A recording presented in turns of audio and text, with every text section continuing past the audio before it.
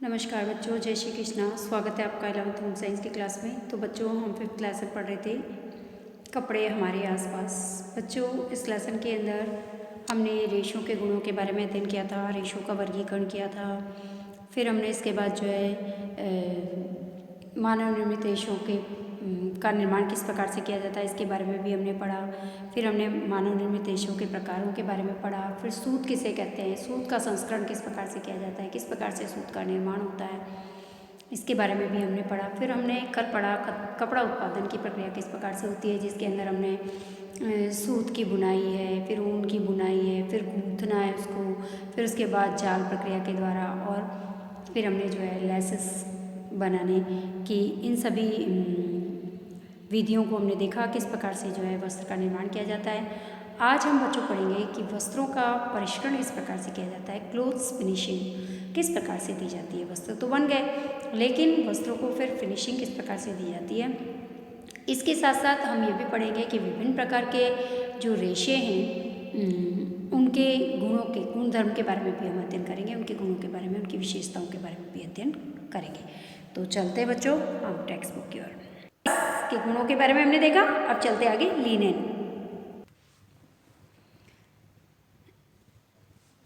देखिए बच्चों, लिनेन जो होता है ये एक बास्ट रेशा है और ये लैक्स के पौधे के तने से प्राप्त होता है। देखो, पौधे के तने से भी हमको रेशा प्राप्त होता है, जैसे लैक्स के पौधे के तने से हमको एक रेशा प्राप्त होता है, इसको बास्ट रेशा भी कहते हैं, लिनेन, है ना। अब देखो, छाल के भीतर का गुदेदार जो भाग होता है वो बास्ट कहलाता है। इसका तना जो होता है इसको हम काट लेते हैं, तने को काट करके ऊपर की छाल हटा देते हैं, छाल के भीतर जो है अंदर गुदेदार भाग निकलता है जिसको हम बास्ट कहते हैं। समझ में आया। अब इस बास्ट में से हम रेशे प्राप्त कर लेते हैं, ठीक है।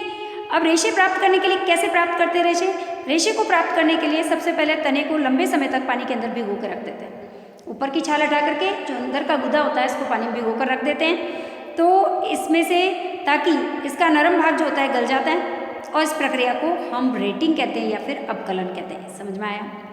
अब अपगलन के बाद लकड़ी वाला जो भाग होता है इसको हम अलग कर लेते हैं, और लिनन के जो रेशे होते हैं उनको अलग कर लेते हैं, और फिर उनको कताई के लिए भेज देते हैं। समझ में आ गया। बहुत ही ईजी है कि लिनन जो होता है लैक्स के पौधे के तने से प्राप्त होता है। लिनन एक बास्ट रेशा है। इसको बास्ट रेशा क्यों कहते हैं, क्योंकि ये छाल के भीतर गुदेदार जो भाग होता है वही बास्ट कहलाता है। और सबसे पहले छाल हटा लेते हैं, गुदेदार भाग को पानी में भिगो कर रख देते हैं, और पानी में भिगोने के बाद इसका नरम भाग जो होता है गल जाता है। उसके बाद इसमें से जो रेशे होते हैं उनको बाहर निकाल दिया जाता है, और फिर अलग करके इनको और फिर जो है कताई के लिए भेज दिया जाता है। तो इसे कहते हैं हम, इस प्रकार लैक्स के पौधे के तने से लिनन प्राप्त करने की जो विधि होती है इसको हम कहते हैं अपकलन। ठीक है। अब देखिए लिनन के गुणधर्म क्या है। लिनन भी एक सेलुलोजिक है, क्योंकि पेड़ से पौधों से जो प्राप्त होता है वो सेलुलोजिक रेशा है। जैसे कपास भी सेलुलोजिक था, ये भी सेलुलोजिक रेशा है।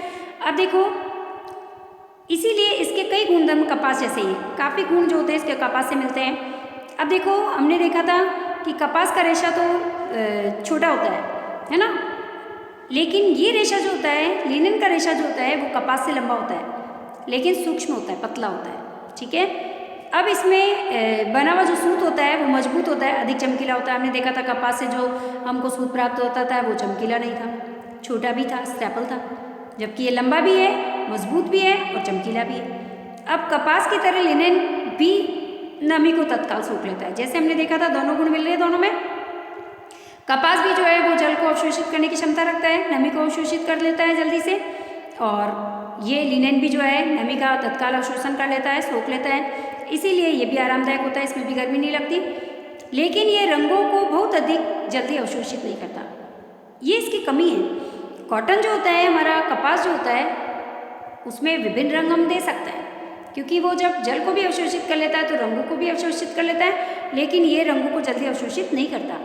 इसीलिए उत्पन्न रंग अधिक चमकदार नहीं होते, इसीलिए इससे बनने वाले जो वस्त्र होते हैं वो अधिक चमकदार नहीं दिखाई देते हैं। लैक्स का पौधा जो होता है विश्व में बहुत ही कम क्षेत्रों के अंदर ही उगाया जाता है। साथ ही इसको संसाधित करने के लिए, इसको तैयार करने के लिए लंबे समय की आवश्यकता भी होती है। लिनन का रेशा तैयार करने में समय भी लगता है। इसीलिए लिनन का उपयोग कपास से बहुत कम होता है। कपास का उपयोग ज़्यादा होता है, लिनन का उपयोग कम होता है, क्योंकि ये विश्व के बहुत ही कम क्षेत्रों में है इसका पौधा, और इसको संसाधित करने में भी समय लगता है। और जूट और सन भी लिनन की तरह बास्ट रेशे ही हैं। जूट अभी हम पढ़ेंगे आगे, जूट भी, और सन जो होता है ये दोनों ही लिनन की तरह बास्ट रेशे होते हैं। इनको भी पौधे के तने से ही प्राप्त किया जाता है, और इनके रेशे मोटे होते हैं, इनमें सुनम्यता अच्छी नहीं होती है, फ्लैक्सिबिलिटी ज़्यादा नहीं होती है इन रेशों के अंदर, इसीलिए इनका उपयोग रस्सियाँ बनाने में किया जाता है या फिर बोरे बनाने में किया जाता है। समझ में आया? आपकी जितनी भी रस्सियाँ हैं, बोरे हैं, वो सब किससे बनाए जाते हैं? जूट और सन से बनाए जाते हैं। समझ में आ गया? चलते आगे। हाँ तो बच्चों, हमने लिनन के गुणों के बारे में पढ़ा। पहले तो हमने पढ़ा लिनन कैसे प्राप्त किया जाता है लैक्स के पौधे से, फिर हमने देखा लिनन के अंदर कौन कौन से गुणधर्म पाए जाते हैं। अब चलते हैं बच्चों ऊन। देखिए बच्चों, ऊन जो होती है वो भेड़ के बालों से प्राप्त होती है, ये तो आप भी जानते हो। इसके साथ साथ भेड़ के बालों के अलावा ये बकरी है, खरगोश है, ऊँट है ना, अन्य पशुओं से भी प्राप्त होती है। अब इन रेशों को विशिष्ट बाल के रेशे कहा जाता है। इनके जो रेशे होते हैं उनको विशिष्ट बाल के रेशे कहते हैं, और विभिन्न प्रजाति की भेड़ों के बाल भिन्न भिन्न प्रकार के होते हैं। देखो, सभी प्रकार की भेड़ों के बाल हमारे लिए उपयोगी नहीं है। कुछ भेड़ें ऐसी होती है जिनको विशेष रूप से जो है रेशों के लिए पाला जाता है ना। कुछ भेड़ों को केवल इसीलिए पाला जाता है कि उनमें अच्छी गुणवत्ता के रेशे प्राप्त होते हैं। समझ में आया? पशुओं से बाल उतारने की जो प्रक्रिया होती है इसको हम शीयरिंग कहते हैं। क्या कहते हैं? शीयरिंग। सबसे पहले क्या करते हैं, भेड़ जो होती है उसको उसके बालों को हम उतारते हैं शीयरिंग विधि से। उसकी पतली त्वचा सहित बालों को उतार लिया जाता है पहले, है ना। फिर उसको जो है हम उसमें से गंदगी निकालते हैं। ये जलवायु दशाओं के अनुसार वर्ष में 1 या 2 बार ही उतारी जाती है, ठीक है ना। सर्दियों के मौसम में नहीं उतारते, गर्मी के मौसम में हम उतारते हैं, और जिससे कि उनको सर्दी के मौसम में ठंड ना लगे, है ना। और कतरने के दौरान बाल को एक पीस में ही रखने का प्रयास किया जाता है, जिसे काटते ऊन कहते हैं। एक फ्लीस के अंदर रखा जाता है। जैसे ही हमने बाल सारे काट लिए भेड़ के, पतली त्वचा से ही सारे बालों को उतार लेते हैं, फिर इसको एक साथ एक ही ढेर के अंदर रखते हैं। इसको हम कहते हैं फ्लीस। समझ में आया? आगे समझ में प्रश्न आता है, फ्लीस किसे कहते हैं या काटती ऊन किसे कहते हैं? तो भेड़ की त्वचा सहित पतले बालों को उतार करके एक ढेर के रूप में रखा जाता है, इसे हम कहते हैं फ्लीस, ठीक है। और इससे फिर रेशे अलग करना आसान हो जाता है, क्योंकि शरीर के विभिन्न अंगों के बालों की लंबाई और सूक्ष्मता अलग अलग होती है। अलग अलग अंगों से बाल उतरेंगे उसके, तो लंबाई भी सबकी अलग अलग ही होगी बालों की। तो छटाई के बाद पहले उसमें से जो है धूल है, ग्रीस है, पसीना है, गंदगी है, सारा उसको पानी में भिगो कर रखा जाता है। फिर उसमें से इस प्रक्रिया को हम अपमार्जन कहते हैं। धूल, गंदगी आदि सारी निकाली जाती है ना, और उसको निकाल देते हैं। फिर इसके बाद इसका कार्बनीकरण किया जाता है। कार्बनीकरण किया जाता है, फिर इसमें फंसी हुई जो और भी कचरा है, जैसे पत्तियां हैं, कोई डंठल है, कोई कचरा है, गंदगी है, तो उनको हटाया जाता है। और फिर इनके बाद इस रेशों को जो है वो कताई के लिए भेजा जाता है। तो इस तरीके से भेड़ की त्वचा से जो है हमें, भेड़ की त्वचा पर जो बाल होते हैं उनसे हम जो है वो रेशे तैयार करते हैं। अब चलते हैं बच्चों, ऊन के क्या गुणधर्म हैं। ऊन के गुणधर्म बहुत ईजी है, हम सभी जानते हैं। देखो, ऊन एक प्राकृतिक प्रोटीन रेशा है। प्रश्न आ सकता है कि एक प्राकृतिक प्रोटीन रेशे का नाम बताओ, तो ऊन, ठीक है। अब देखो, हमने अभी कपास के बारे में पढ़ा था कि कपास का जो रेशा होता है इसकी लंबाई 1 सेंटीमीटर से 5 सेंटीमीटर तक होती है, उसको स्टेपल रेशा कहते हैं। लेकिन देखो, ऊन जो होती है इसके रेशे की लंबाई 4 सेंटीमीटर से 40 सेंटीमीटर तक होती है, और ये भेड़ की प्रजाति और पशु के शरीर के अंग के अनुसार खुरदरा और नरम होता है। बिल्कुल सही है। इनका जो रेशा होगा वो भेड़ किस तरीके की है, उसके शरीर के अंग पर जो बाल है वो नरम है या खुरदरे हैं, उस पर डिपेंड करेगा। और इसमें प्राकृतिक सिकुड़न भी होती है, और पहले ये जो रेशा होता है मुड़ावा होता है, सिकुड़ावा होता है ना, जिस कारण से इसमें लोच और लंबाई जैसे गुणधर्म भी पाए जाते हैं, ठीक है। जैसे हमने लिनेन में देखा था, लोच नहीं होता है ना। बास्ट रेशे हैं, लोच नहीं होता, सुनम्यता नहीं होती, फ्लेक्सिबिलिटी नहीं होती थी, जिसके कारण उसका उपयोग रस्सी और बोरे बनाने में करते हैं, है ना। लेकिन ऊन जो होता है, इसका रेशा जो होता है इसमें सिकुड़न होती है, नेचुरल रूप से सिकुड़न पाई जाती है। ये थोड़ा मुड़ावा भी होता है, इसके कारण इसमें लोच होती है ना, और लंबाई भी लंबाई जैसे गुणधर्म पाए जाते हैं। अन्य रेशों की तुलना में ऊन में कम मजबूती होती है। बिल्कुल सही है। जैसे कॉटन और हमने लिनेन देखा था, उनसे इसमें कम मजबूती होती है, लेकिन इसमें लचीलापन पाया जाता है, फ्लैक्सिबिलिटी पाई जाती है। सुनम्यता यानी फ्लैक्सिबिलिटी इसमें पाई जाती है, सॉफ्टनेस पाई जाती है, फ्लैक्सिबिलिटी पाई जाती है। ऊन में सतही शल्क पाए जाते हैं। अब देखो ऊन जो होती है, इसके ऊपर देखा होगा आपने, स्वेटर के अंदर जब स्वेटर बुने होते हैं ऊन के ऊपर भी बारीक बारीक रेशे निकले होते हैं, इनको कहते हैं स्वतही शल्क, सतही शल्क। ये जल विकर्षण होते हैं, फिर भी काफ़ी पानी सोख सकते हैं। हालांकि ये जल का अवशोषण नहीं करते, लेकिन फिर भी थोड़ा बहुत पानी ये सोख लेते हैं, लेकिन सतह गीली महसूस नहीं होती है। और इस क्षमता के कारण ही ये आर्द्र और ठंडे पर्यावरण में आरामदायक होती है। ऊन समझ में आया?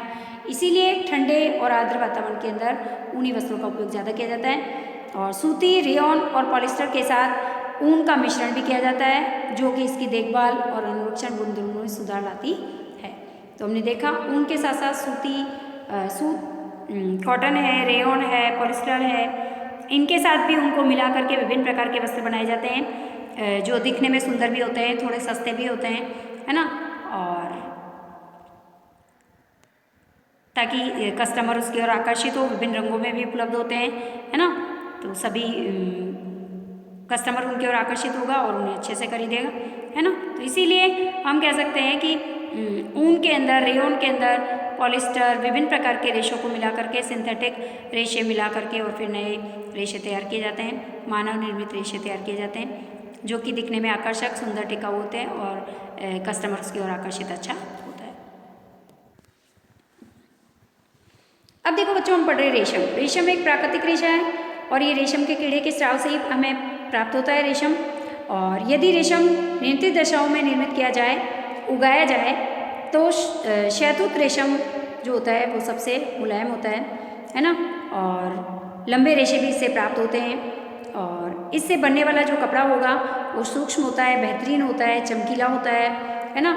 यदि रेशम जो है वन्य तथा प्राकृतिक दशाओं में निर्मित हो तो रेशम खुरदरा होगा, मजबूत होगा और कम लंबाई वाला होगा। ठीक है, तो कपड़ा, इसके परिणाम स्वरूप कपड़ा मोटा, खुरदरा लेकिन मजबूत तो होता है, जैसे टसर रेशम। तो यहाँ पर दो प्रकार के रेशम की किस्में बताइए, शहतूत रेशम और टसर रेशम।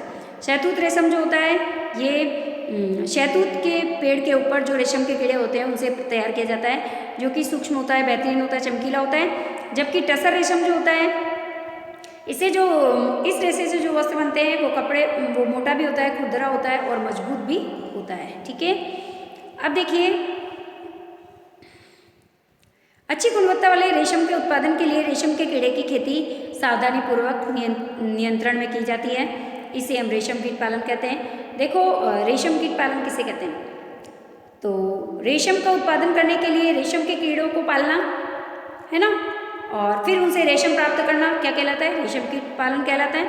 और अब देखो, सबसे पहले तंतु रेशा होने के कारण रेशम की कताई की प्रक्रिया की आवश्यकता नहीं होती, इसमें कताई नहीं की जाती है और सीधा कोकून से ही जो है रील में सावधानीपूर्वक जो है वो रेशम को लपेट लिया जाता है। आगे समझ में, जैसे दूसरे रेशों को तो हम जो है कताई के लिए भेजते हैं, लेकिन रेशम को कताई के लिए भेजने की आवश्यकता नहीं होती है ना, सीधा उससे रेशा तैयार हो जाता है ना। अब देखिए, तंतु रेशा होने के हाँ, इसकी कताई नहीं होती है। अब देखिए, कई तंतुओं को एक साथ जोड़ करके सूत बनाया जाता है। रेशम के जो तंतु होते हैं इनको एक साथ जोड़ करके जो सूत बनता है, यदि तंतु टूट जाता है तो या फिर हम कह सकते हैं कि कीड़ा यदि कोकून को तोड़ देता है तो टूटा हुआ जो फिलामेंट होता है उसको कपास की तरह ही कताई के द्वारा संसाधित किया जाता है और इसे कताई की गई रेशम या स्पंज सिल्क कहा जाता है। यानी कहने का मतलब ये है कि एक तो रेशम के कीटों को पाल करके और फिर उससे रेशम प्राप्त करते हैं, उसको तो हमें जो है कताई के लिए नहीं भेजना पड़ता, सीधा उससे हम रेशा तैयार कर लेते हैं, रील बना लेते हैं। लेकिन यदि रेशम का कीड़ा उस कोकून को तोड़ करके बाहर निकलता है और फिर उससे रेशम निकलता है तो वो टूट जाते हैं तंतु, तो तंतु टूट जाते हैं तो फिर लंबा रेशा हमको प्राप्त नहीं होता, तो फिर हम क्या करते हैं कि उसको कपास की तरह ही उसकी फिर कताई की जाती है, उसको अन्य रेशे उसमें मिला करके और फिर सिंथेटिक जो है वो उससे वस्त्र बनाए जाते हैं दूसरे, है ना, मिक्स वाले। तो ये जो है स्पंज सिल्क भी कहलाता है। आगे समझ में। फिर इसको कताई के द्वारा अन्य रेशों को मिला करके तैयार किए जाते हैं वस्त्र, ये स्पन सिल्क कहलाते हैं। देखिए बच्चों, रेशम के गुण यदि हम देखें तो रेशम भी एक प्राकृतिक रेशा ही है।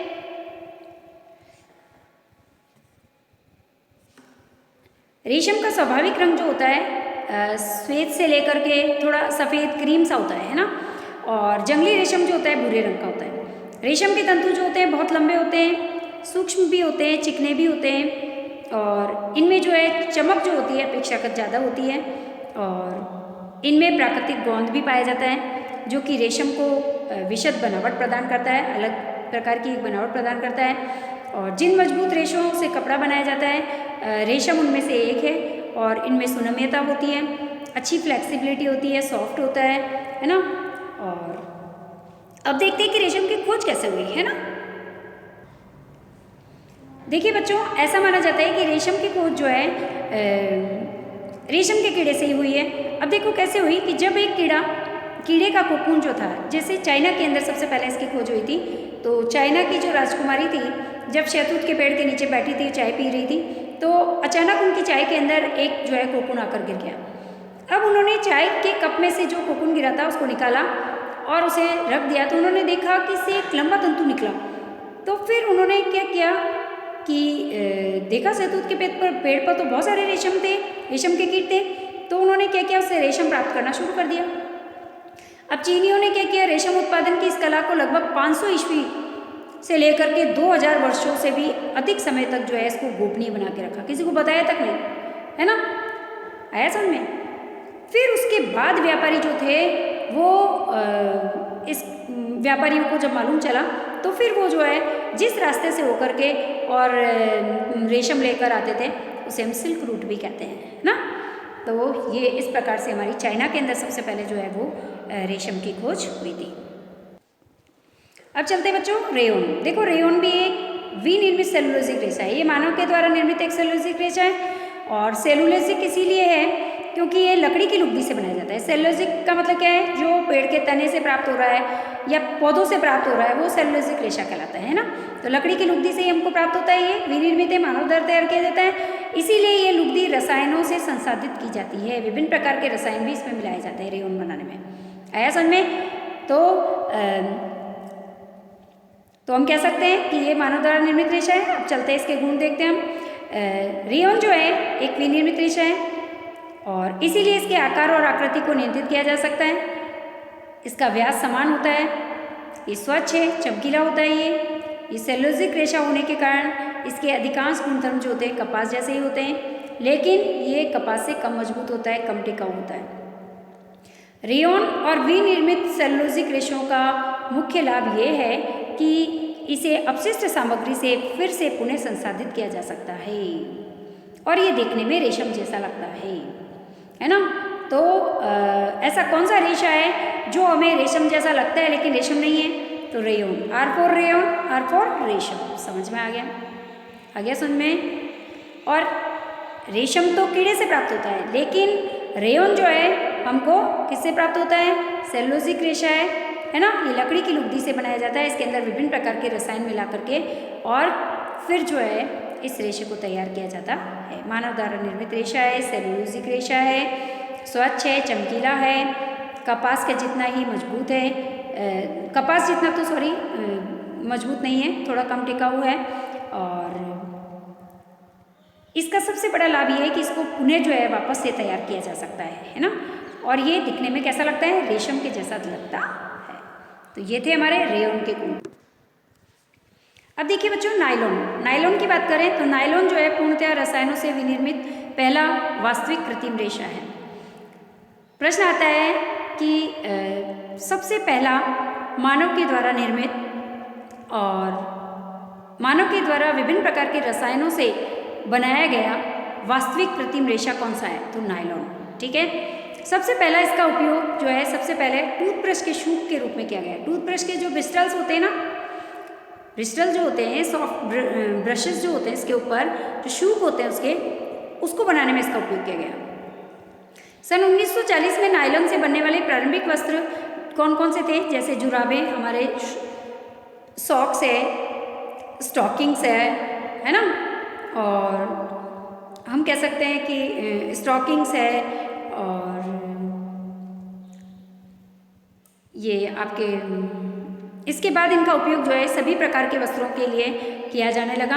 और चलते हैं, ये थे हमारे नायलॉन। ठीक है, तो नायलॉन के गुणधर्म क्या है? नायलॉन जो है तंतु सामान्यतः नरम होता है, इसके तंतु नरम होते हैं, चमकीले होते हैं, समान व्यास के होते हैं। नायलॉन काफ़ी मजबूत होता है, अपघर्षण रोधी होता है, सॉफ्ट होता है, और अपघर्षण रोधी होने के कारण इसका उपयोग जो है ब्रश, सॉफ्ट होता है ना, इसीलिए इसका उपयोग ब्रश बनाने में, कारपेट बनाने में इसका उपयोग किया जाता है ना। इससे नायलॉन जो है अत्यधिक लचीला भी होता है, और इससे स्टॉकिंग्स बनते हैं, और एक ही आकार के वस्त्र बहुत ही महीन और पारदर्शी रेशों का उपयोग इसके अंदर भी किया जाता है नायलॉन में। और नायलॉन एक लोकप्रिय कपड़ा भी है। इसका उपयोग परिधान बनाने में, जुराबे बनाने में, रस्सियाँ बनाने में, है ना, भीतर के पहनने वाले वस्त्र बनाने में, तैराकी, स्विमिंग जो कॉस्ट्यूम्स होते हैं वो बनाने में, और ग्लव्स बनाने में, नेट जो होते हैं पानी के अंदर जाल जो बिछाते हैं वो बनाने में, साड़ीज आदि बनाने में इसका उपयोग किया जाता है। किसका? नायलॉन का। ठीक है, और हौजरी और लेंजरी, हौजरी के जो वस्त्र होते हैं वो भी बनाने में इसका उपयोग किया जाता है नायलॉन का। और बाह्य परिधान के लिए भी इसे अन्य रेशों के साथ मिला करके बाह्य परिधान भी इससे बनाए जाते हैं। तो ये हमने नायलॉन के गुणों के बारे में अध्ययन किया। अब चलते हैं आगे पॉलिस्टर। अब देखिए बच्चों, पॉलिस्टर भी एक अलग किस्म का विनिर्मित कृत्रिम रेशा है। ये भी मानव के द्वारा निर्मित रेशा है। इसे टेरिलीन और टेरिन भी कहते हैं। अब प्रश्न आ सकता है कि टेरिन और टेरिलीन का दूसरा नाम बताओ। पॉलिएस्टर, है ना, पॉलिएस्टर का दूसरा नाम क्या है? टेरिलीन और टेरिन। ठीक है, अब इसके गुण देखते हैं। पॉलिएस्टर रेशा जो होता है व्यास में एक समान होता है, समान व्यास के रेशे होते हैं ये भी नरम होते हैं। देखने में पॉलिएस्टर जो होता है सीधा होता है, नरम होता है। अंतिम उपयोग की आवश्यकता अनुसार इसे कितना भी मजबूत, लंबा और व्यास का बनाया जा सकता है। पॉलिएस्टर हम कितना भी लंबा रेशा इससे बना सकते हैं। ये रेशा आंशिक रूप से पारदर्शी और चमकीला भी होता है, थोड़ा थोड़ा पारदर्शी होता है, थोड़ा चमकीला होता है। पुनः आर्द्रता ग्रहण करने की क्षमता पॉलिएस्टर में कम होती है। जैसे हमने देखी थी कि सबसे पहले कपास के अंदर आर्द्रता को ग्रहण करने की क्षमता अधिक थी, लेकिन यहाँ पर पॉलिएस्टर में आर्द्रता को, जल को अवशोषित करने की क्षमता नहीं होती है, और ये सरलता से पानी को नहीं सोख पाता। और गर्म, शुष्क और गर्म ग्रीष्मकाल के महीनों में इसे पहनना आरामदेह नहीं होता है। गर्मी के मौसम में हमें पॉलिएस्टर नहीं पहनना चाहिए। और पॉलिएस्टर का सबसे अधिक लाभदायक गुणधर्म यह है कि इसमें सलवटें नहीं पड़ती हैं, इसमें प्रेस की आवश्यकता नहीं होती। और सामान्य रूप से ये रेयॉन, कपास, ऊन और कुछ हद तक बुने हुए रेशम के साथ मिलाकर इससे नए जो है वस्त्र बनाए जा सकते हैं, नए रेशे तैयार किए जा सकते हैं। समझ में आया? तो हमने देखा पॉलिएस्टर के गुणों के बारे में हमने अध्ययन किया, है ना। जैसा कि हमने देखा था पॉलीवूल, है ना, तो पॉलीवूल के अंदर पॉलिएस्टर प्लस वूल, ऊन को दोनों को मिला करके बनाया जाता है ना। पॉलीकॉट, जिसके अंदर पॉलिएस्टर और कॉटन को मिला करके बनाया जाता है। तो इस प्रकार से पॉलिएस्टर को विभिन्न रेशों के साथ मिश्रित करके और नए प्रकार के रेशे बना करके उनसे भी वस्त्र तैयार किए जाते हैं, जो कि आकर्षक, दिखने में सुंदर, सस्ते भी होते हैं और कस्टमर्स की ओर आकर्षित भी होता है। अब चलते हैं बच्चों एक्रेलिक। एक्रेलिक की बात करें तो ये भी एक दूसरा कृत्रिम रेशा है, और एक्रेलिक जो होता है ऊन से भी अधिक मिलता जुलता है, ऊन का जैसा ही लगता है हमको ये, है ना। और मतलब कोई भी एक्सपर्ट भी आकर देखे तो इसमें अंतर करना बड़ा मुश्किल है कि ऊन और एक्रेलिक को यदि पास पास रख दिया जाए तो शायद हम इसमें डिफरेंस भी नहीं कर सकते, है ना, इतना मिलता जुलता होता है। इसे सामान्यतः कैशमिलोन भी कहते हैं। अब देखो प्रश्न बनता है कि कैशमिलोन क्या है? तो एक्रेलिक को ही हम कैशमिलोन कहते हैं, जो कि ऊन से मिलता जुलता है। आ गया समझ में? आया समझ में? और ये ऊन से सस्ता भी होता है।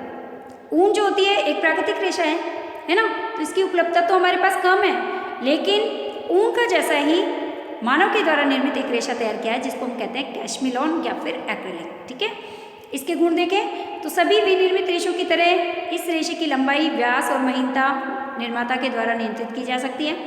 जैसा चाहे वैसा निर्माता इसको बना सकता है, लंबा बना सकता है, व्यास में महीन बना सकता है ना, जैसा चाहे वैसा इसको बना सकता है। तथा इसका रेशा अलग अलग प्रकार के लहरदार और चमकीला भी इसको बनाया जा सकता है। ठीक ठीक है। अलग अलग जो है तरीके का शेप भी इसको दिया जा सकता है, चमकीला बनाया जा सकता है, सुंदर बनाया जा सकता है। अब देखिए एक्रेलिक जो होता है बहुत अधिक मजबूत नहीं होता और मजबूती में ये कपास के रेशे के समान होता है। देखो बहुत अधिक मजबूत तो नहीं होता है लेकिन फिर भी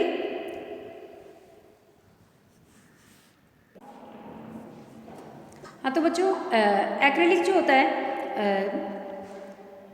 एक्रेलिक को ऊन के स्थान पर प्रयोग में लाया जा सकता है। ऊन के स्थान पर हम इसका उपयोग कर सकते हैं और इसका बच्चों के कपड़ों में, वस्त्र बनाने में, कंबल बनाने में, है ना, स्कार्फ बनाने में, सॉक्स बनाने में, है ना, इसमें इसका उपयोग किया जा सकता है ना, गलीचे बनाने में इसमें भी इसका उपयोग किया जा सकता है ना। ऊन से संबंधित जितना भी सर्दी के जो वुलन्स होते हैं उनमें उनको बनाने में इसका उपयोग किया जाता है एक्रेलिक का, है ना, उनके स्थान पर। ये सस्ता भी होता है, सुंदर भी होता है, दिखने में भी सुंदर है, मजबूत होता है, तो इसका उपयोग अभी वर्तमान समय में ज़्यादा किया जाता है उनके स्थान पर।